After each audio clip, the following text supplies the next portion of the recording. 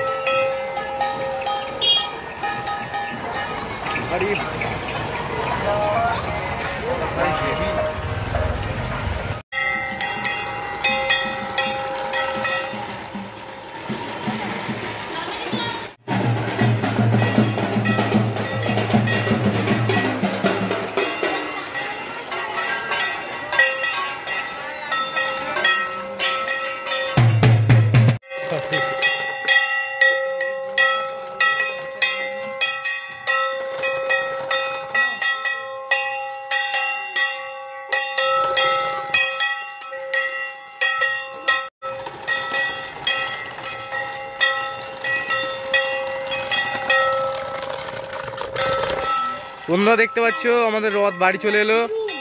আজকে বৃষ্টির জন্য আর কি রথ বেশি টানা হয়নি, তার মধ্যে এই যে রথের একটা চাকাও খুলে গেছিল।